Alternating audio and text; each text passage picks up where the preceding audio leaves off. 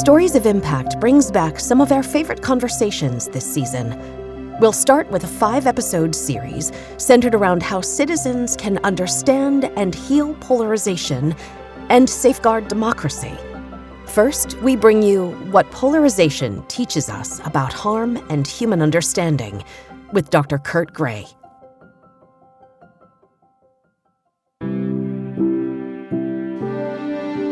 Welcome to Stories of Impact. In every episode, we travel the world to explore intersections of science and spirituality. I'm your host, writer Tavia Gilbert, and along with journalist Richard Sergey, every first and third Tuesday, we look through a new lens at old traditions, hear from new generations as they dream up innovative solutions, and learn new ways to make sense of modern life. This is Stories of Impact, the art and science of human flourishing. We're back this episode for our second timely interview, focusing on political polarization, wrapping up in conversation with Dr. Kurt Gray, professor of moral psychology and neuroscience at UNC Chapel Hill. Moral psychology is the descriptive understanding of our moral judgments, or concern with not just how people should make moral decisions, but how they actually do. As the director of the Deepest Beliefs Lab in the Center for the Science of Moral Understanding, he says, the work that we do in the lab is much broader and deeper in a sense and gets at all the people's deepest beliefs like religion and perceptions of truth and morality, all the things that people care most about, but are ultimately intangible and invisible. Things that people live and die for, right? Deepest beliefs, but they're in many ways powerfully socially constructed. Dr. Gray is fascinated by those beliefs. He's in the final year of a 3-year grant designed to test the morality and misperception model of polarization across cultures and contexts.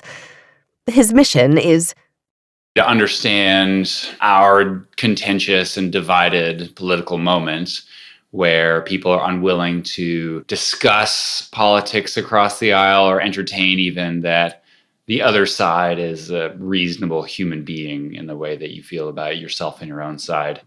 We do disagree already when it comes to politics, but where does this political disagreement come from? And once you get that, then you can kind of understand where this political animosity comes from. But it's really a question of moral disagreement. And for that, you need to understand our moral psychology. What does he mean by moral conviction? And what does he hope to understand by exploring the origins? People feel very committed to their moral beliefs. And our work from the lab has suggested that ultimately our moral judgments revolve around understandings of harm, who we see as vulnerable to suffering, who we see as especially likely to be mistreated. And once you make sense of that our moral judgments hinge on our perceptions of harm and vulnerability, then it opens up not only new understanding of morality that helps to unify all sorts of different phenomena, but also a new understanding of political disagreement that really incorporates kind of conceptions of harm and vulnerability into how we think about polarization. How does the role of harm help us understand political polarization? Generally, we all agree that premeditated murder is wrong or child abuse is wrong. Obvious examples of intentional harm towards a vulnerable person, like kicking a cat as hard as you can for no reason. Like those things are wrong. We all agree in that, right? Intuitively, viscerally, we agree. But we are ultimately, left to perceive who else might be vulnerable, not just kids, but also fetuses or immigrants or polar bears or God, right? All these things we're left to perceive their minds. So because we can disagree about whether a fetus is vulnerable to harm, right, we can disagree about the morality of abortion. And not only do we disagree about who's vulnerable to harm, we can disagree about what's likely to cause harm. So does the advance of gay rights, does that allow children to have more homes, right? Because gay folks can adopt kids now, or does it lead to the dissolution of the family and therefore harm children? These are the perceptions and assumptions that underlie our moral judgments and ultimately underlie our political disagreement. Dr. Gray takes an evolutionary approach to harm, going back millennia. Why? Any theory of our mind, and even the political moment today, requires that we acknowledge that people are part of the chain of evolution. How do we understand our minds today? Well, we have to understand how our minds evolved and where they came from. So this idea of a kind of harm-based moral mind suggests that we're really fixated on who's being harmed and what threats might we face as well. And this makes sense if you think about how we evolved. So we evolved in times when there was a lot of threats. Sometimes those threats were other people. So ancient tribes, there was like a 1 in 50 chance every year you might be murdered by your neighbor because, things were fluid and contentious and dangerous. And even before we formed into tribes, when we roamed the plains as a recently evolved species, there was a 1 in 10 chance that we might be eaten by a predator most years. And so if you think about what it's like to live in those situations, to be hunted, to fear the kind of violence from our conspecifics, you get a pretty interesting picture of the mind when you import that in today. It's not a mind that is a predatory mind, but instead of a prey-based mind. And so when people make their judgments or they make their votes, it's not because they're trying to destroy anything, but because they're worried about protection and that they are trying to mitigate threats and protect themselves from harm. But aren't humans actually more hunter than hunted? There's no doubt today that we are apex predators. No other species can hunt wolves from helicopters with high-powered rifles. And I think it's widely agreed that we, as a species, since the advent of stone-tipped spears, are apex predators. So we have caused many extinctions of animals, like the dodo, and all sorts of megafauna. But to understand our minds, you have to go back beyond fairly recent history, where we had stone-tipped spears, to the millions of years that our ancient ancestors all evolved. For most of those millions of years, we were more hunted than hunter. And I think there's some misinterpretation in the anthropological record that gives rise to this misconception that we're more hunter than hunted. For so long, we were concerned about obvious threats that lurk in the forests or in caves, right? Saber-toothed cats or bears.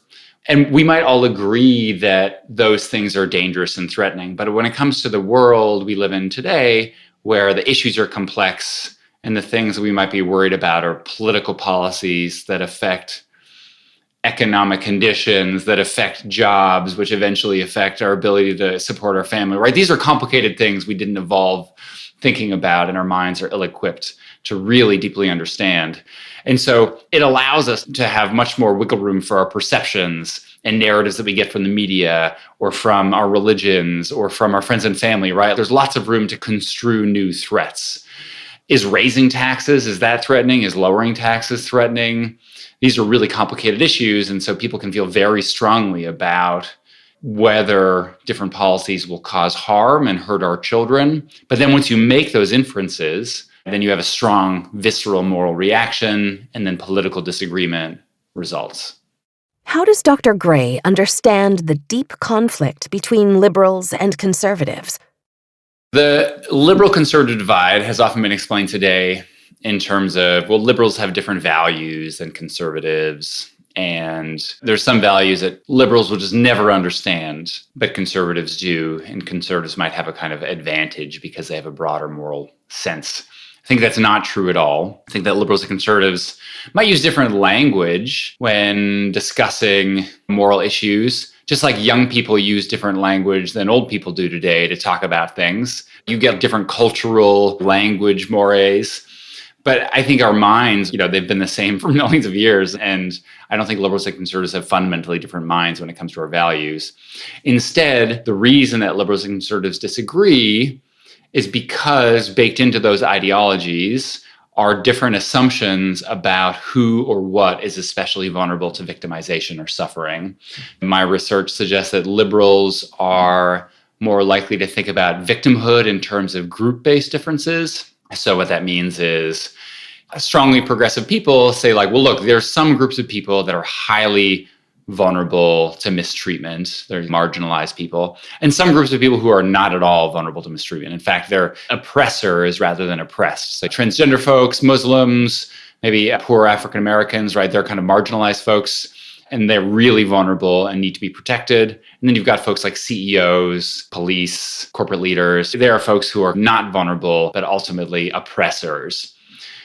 On the other hand, committed conservatives see everyone as more or less equal when it comes to their vulnerability or their susceptibility to victimization. It doesn't matter if you're born rich or poor. If you're cut, you can still bleed. It doesn't matter if you are white or black. You can still be sad if your children get hurt, if you don't get into college, whatever. And so you get the kind of like Black Lives Matter on progressives, all lives matter on conservatives. You get affirmative action for progressives. You get not affirmative action, right? Everything should be even Steven and up to the kind of hard work of individuals when it comes to conservatives. So you get these very different convictions, but it's ultimately based on perceptions of vulnerability. How can he help us understand what he means by perceptions of vulnerability? Early in my career, I really focused on mind perception, how we make sense of the thoughts and feelings of others. And even whether people have thoughts and feelings like you do. You can see the debate today with pets, right? So if you are a dog owner, you might think that your dog has a rich emotional life and can feel things like nostalgia and schadenfreude. But if you are not a dog owner, you might just see a furry animal, a furry robot even, that just eats kibble and poops, right? Very different senses of minds. And in fact, we can look at other people and disagree about the kind of minds that they might have. Is someone who came to the country undocumented immigrant or illegal immigrant, depending on your political leanings, right? Are they really susceptible to suffering? Are they really keenly in pain? Or are they the ones causing pain, right? Are undocumented immigrants hurting American citizens? They're like intentionally bringing drugs up from Mexico. Or are they stuck in internment camps at the border and full of suffering? And so you get these political disagreements based on your understanding of the targets at the center of those disagreements. Are they vulnerable or are they not? Does a fetus suffer pain after 3 weeks, or does it not really have a mind until much later? How do individuals land on one side or the other of issues with very distinct divides, such as the Black Lives Matter versus All Lives Matter paradigm, or the polarized position between protecting a fetus versus protecting the right to an abortion? My research has revealed these issues are all ultimately about understandings of harm. And of course, you can go down a level still, which is where those understandings of harm come from. In some ways, I think they're really just baked in to what it means to be a liberal and a conservative. So when you're a conservative, you teach about individualism and even rugged individualism and about your choices and agency, and that's what matters. And maybe if you're more liberal, you teach about context and groups and power structures.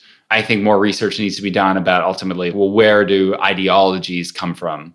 But what I do know from my work is that baked into these ideologies and driving moral and political disagreement are these understandings of harm. So sometimes people are very much worried about personal harm, but with a lot of these issues, folks are worried about who is most vulnerable in a situation. And the hardest, most contentious issues in our country today are really trade-offs about harm. No one thinks we should just hurt cops. No one thinks that we should just hurt fetuses just because, right? It's always kind of issues of relative harm and relative suffering. So with abortion, you've got a fetus and there's ambiguity or debate about how much a fetus can suffer pain, how much a fetus is a baby versus a dividing mass of cells. And then you've got perceptions of how much women are susceptible to suffering, how much people are harmed if they don't have access to reproductive rights.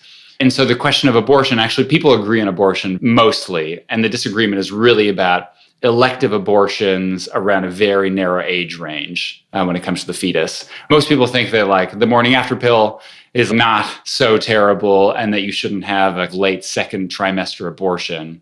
But where we disagree is about maybe a woman doesn't feel ready to have a child because she doesn't have the finances.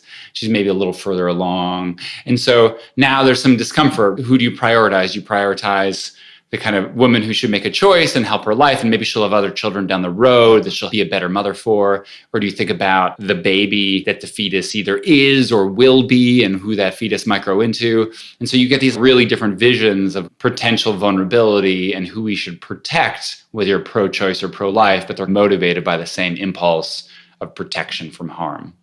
Does his research help us to bridge the divide? It certainly understands the divide. And I think within understanding, there's always a pathway to connecting or bridging. And so we've done work looking at how to bridge divides. And when it comes to things like abortion, emphasizing your experiences of suffering, emphasizing your personal concerns about harm. And I think that's where the research really points. And we all understand that it's rational for people to want to avoid suffering because we understand what it's like to be afraid and be threatened. So when people ground their moral convictions in this desire to protect themselves and their family in a personal sense, then we afford them more rationality, we afford them more respect, and we're more willing to interact with them. The response to the December 2024 killing of the United Healthcare CEO sparked incredible polarization. What does Dr. Gray's research reveal about that? I think it is really important as a kind of example for our divides today. So going back to the idea of different perceptions of who's vulnerable versus who is a perpetrator. If you're conservative, you say, look, here is someone just doing their job, Brian Thompson. He's got a family. He's like just trying to do his thing. And he was assassinated. And so, murder harms your individual rights, and those are the rights we should respect because we're all fundamentally equal in some powerful way. If people are willing to assassinate anyone who's powerful or anyone who's wealthy, then what does this mean for our society? Then you can't work hard and you can't amass wealth because someone might assassinate you just because of that. But I think progressives, who are generally more a fan of Luigi Mangione, say, look, it is not true that we are equally vulnerable to harm. There are some folks like Brian Thompson who are off and healthy and generally happy, and then his decisions in the name of profit and inequality help make millions of Americans sick and kills folks who can't afford healthcare because they're not well insured. And so I think for liberals, they say, look at this huge collection of people oppressed in the name of corporate success and stakeholder value, then look at Brian Thompson, who's intentionally causing this harm. You get very different intuitions, right, about the morality of that situation. But again, there's like a trade-off of harm. The question is, who's the victim? Who's the perpetrator? Who's the one who's truly suffering here? And who's the one who's inflicting that suffering? Does his research give us insight into making a decision about which side is more valid? Or does it just point out the divide?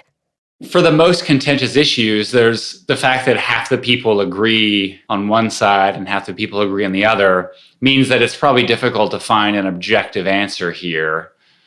Again, people would agree about the wrongness of just killing someone on the street and the wrongness of, denying sick people medical coverage. People generally think that both those things are bad, but when you put them in competition with each other, you get intuitions that go each way because it's a hot button moral trade-off. So my work does not suggest moral truth. That's a question for philosophers or preachers, but my work reveals what's the nature of this agreement. And then ultimately, questions of bridging divide, it also reveals how to have conversations to see what the other person sees.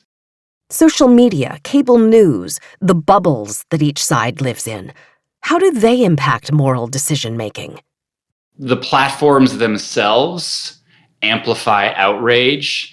Their incentives as for-profit companies are to capture our attention and keep us scrolling and keep us engaged. And we know what keeps us engaged and keep us yelling at others, and that's outrage, and that's fear, and that's threats. And so social media really brings out the worst in people, at least the platforms as they're made now. They're particularly good at inciting moral panics. There's always been moral panics where people are terrified of threats, destroying communities and hurting our children. But social media allows moral panics to form and spread so quickly and so efficiently that we're almost constantly in moral panics today. Every day there's a new issue that we can be terrified about. And the reason social media is so good is because it takes these threats, it elevates them so we all see them, and then it has virality metrics so you can see how many other people are worried about those threats. And then the platforms really highlight which threats are going most viral.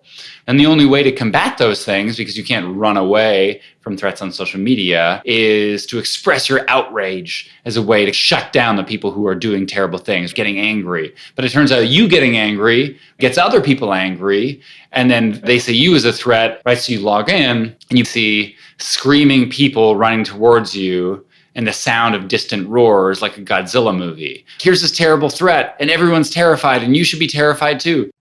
Dr. Gray's 2025 book is called Outraged: Why We Fight About Morality and Politics, and How to Find Common Ground. It's a universal emotion in today's political moment. So many people are outraged at what people are doing or what people are not doing. And I wanted to speak to these powerful feelings of outrage. And I think, again, it's kind of feelings of outrage come from our moral condemnation, and our moral condemnation ultimately comes from concerns about harm. And so at the end, it really deeply connects to this thesis that I've been working on that's highlighted in the book about our harm-based moral minds. And when we see harm, as we so often do in today's society, we get outraged. So how do we stop being outraged, and how do we start to bridge these divides? Can we bridge these divides? I'm an optimist. I think we can bridge the divides. I think there are many people who are trying their best to bridge divides, creating really innovative solutions, whether new social media platforms or grassroots campaigns to connect people within communities, like over food or over volunteering. We've asked people, what's the best way you think to bridge divides when it comes to political disagreement? They would tell you, I want the facts, give me the facts, and that's what's going to make me have better conversations with people who think differently about politics. And this is why it's important to do the science, because facts aren't the best way to bridge divides, right? It turns out that rather than facts, what helps people connect across differences are sharing personal experiences, right? Personal stories, especially those revolving around feelings of vulnerability, feelings of victimhood, and stories designed to help people understand and not gotcha. They're not about persuading as much as sharing. And our work shows that when you approach conversations with this kind of idea of understanding, and lots of other folks look at like deep listening is another way to bridge divides. These tools really help us connect across the divide that is not only political, but also the divide that exists between all different minds, different thoughts, different feelings. It is possible to bridge these divides, and we're uncovering, along with other folks, ways to better bridge. Does he have a good example of how bridging divides can work in practice? We recruited people on campus, passersby one summer, to have conversations about politics with an undergraduate research assistant. She's wandering around. We sit her down. We say, would you like to have a conversation with a UNC student? She'll say, sure. Great, it's about guns. All right. And what's your view on guns? And she'll say, I'm pro-gun control. And then the student will say, look, well, I'm pro-gun rights, and here's why. And anyone who thinks otherwise is un-American. So we wanted to have some division, some heat, some excitement here. And then our accomplice says, the reason that I'm pro-gun rights is because here's a stat about how many times people use guns to defend themselves in America every year, like hundreds of thousands of people every year. Or here's a story. One time when I was a kid, my mom used a gun to defend our family from a home invader. Just one anecdote, but it turns out that when we evaluated those conversations, we had a team code those conversations for civility and respect. The conversations with a story were much more civil. People were treated as much more rational than when you talked about facts. We looked on social media, we've looked on op-eds in the New York Times, we looked on cable news like CNN or Fox News. It's almost always the case that when someone talks about their personal experiences when it comes to political disagreement, they are treated as more rational and given more respect. What are Dr. Gray's thoughts about stories like the disinformation from the current administration about immigrants eating dogs and cats? A story not based in fact, but consumed by millions and millions of people. That's not bridging divides, right? That's inciting them. So I think it's certainly true that political actors have long known that stories are powerful ways to foment outrage and drive division. I think we've known that for a long time. But I think the good folks who are trying to bridge those divides perhaps didn't realize the power of stories to bring people together.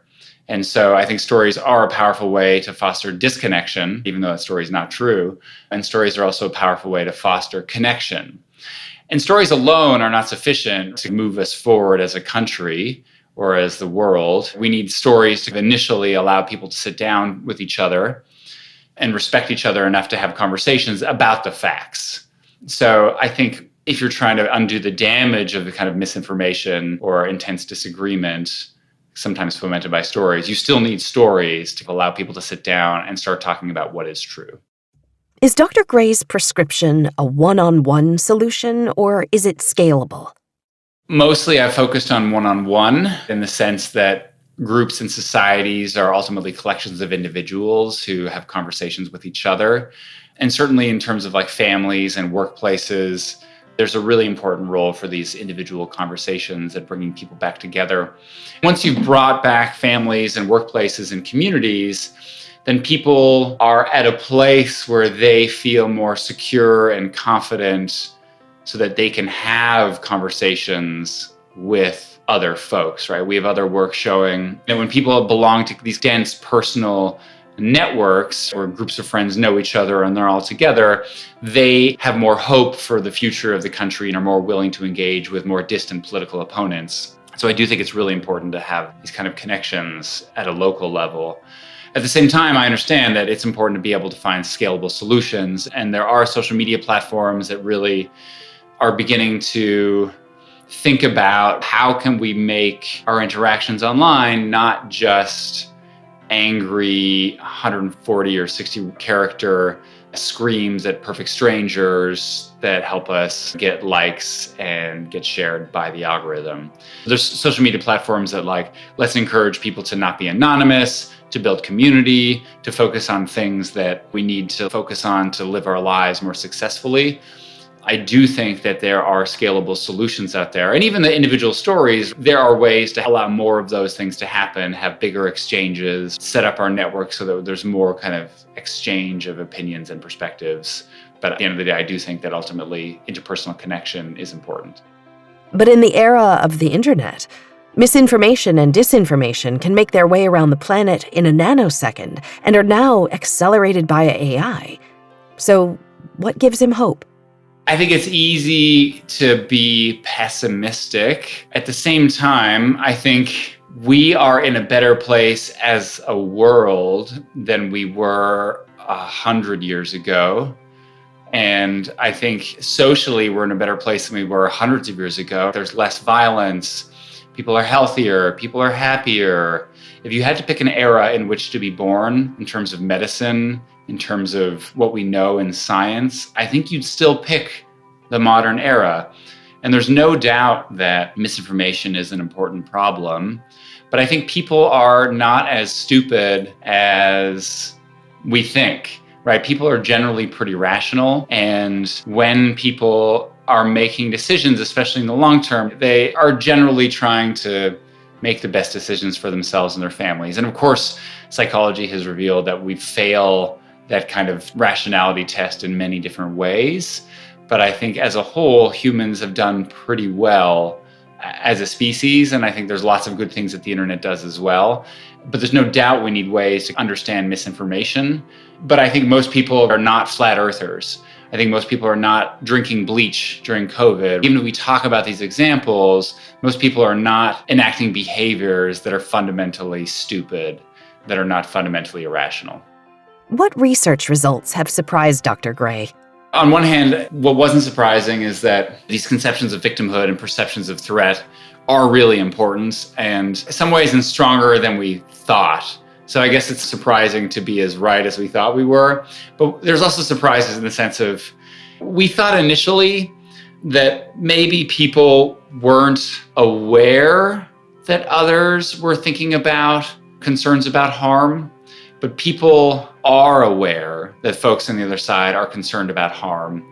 They're not blind to the perceptions of harm that other people are seeing. Instead, they're just fundamentally denying that harm.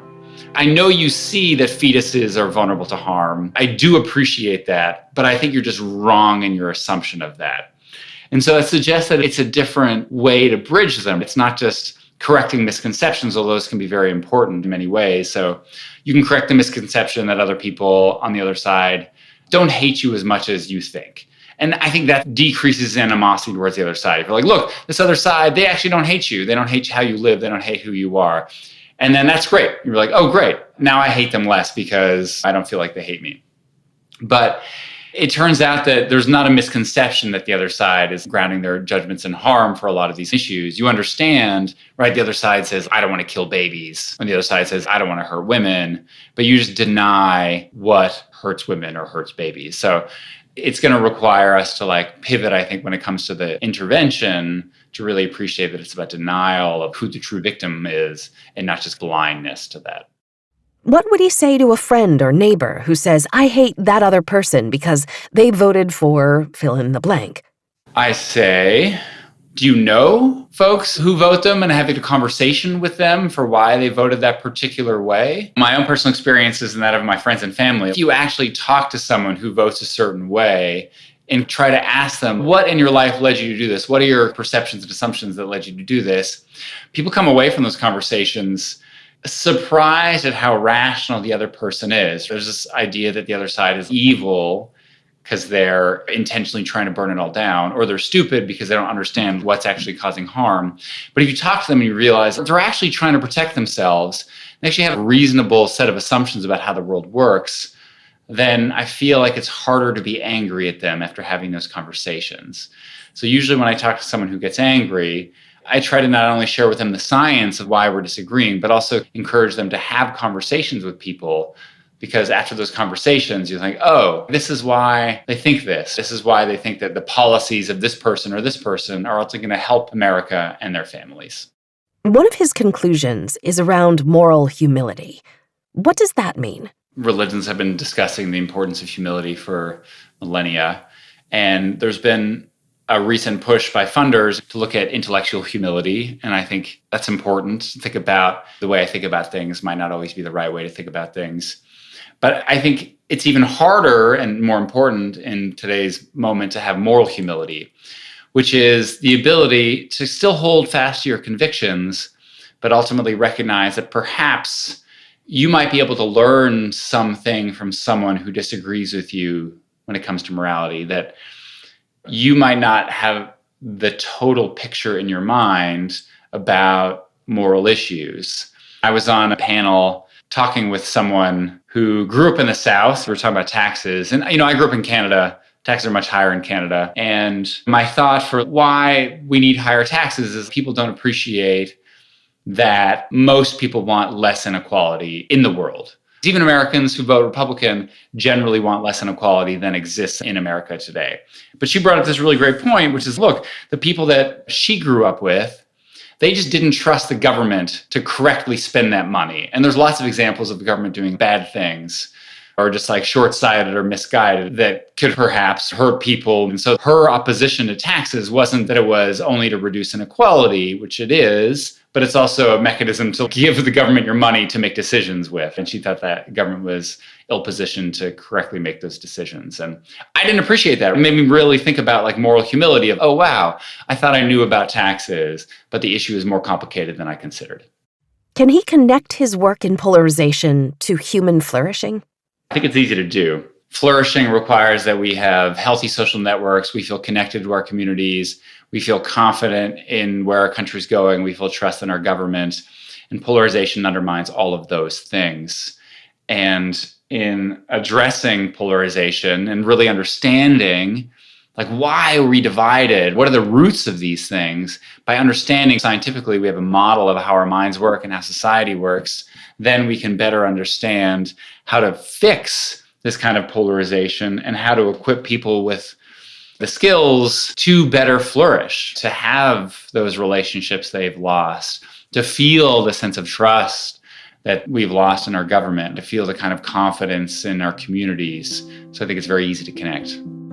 What drives Dr. Gray's work? What interests him so much about this?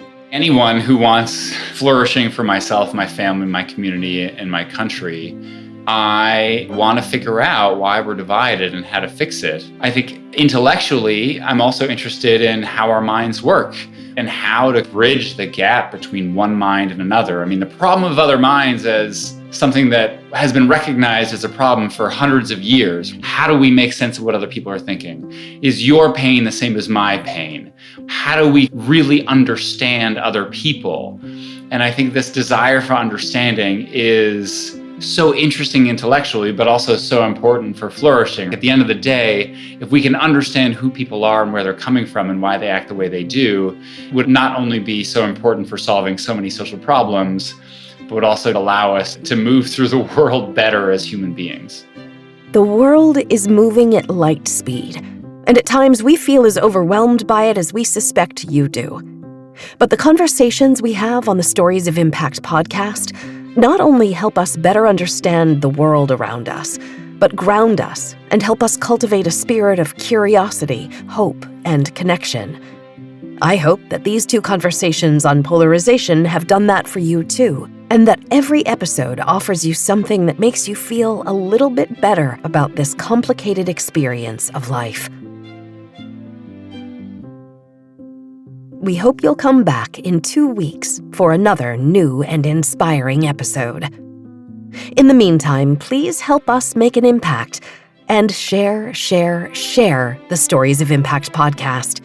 You can get in touch at storiesofimpact.org. This has been the Stories of Impact podcast with an interview by Richard Sergey, written and produced by Tavia Gilbert for Talkbox Productions, assistant producer Oscar Falk, music by Alexander Filipiak, mix and master by Kayla Elrod, executive producer Michelle Cobb. The Stories of Impact podcast is generously supported by Templeton World Charity Foundation.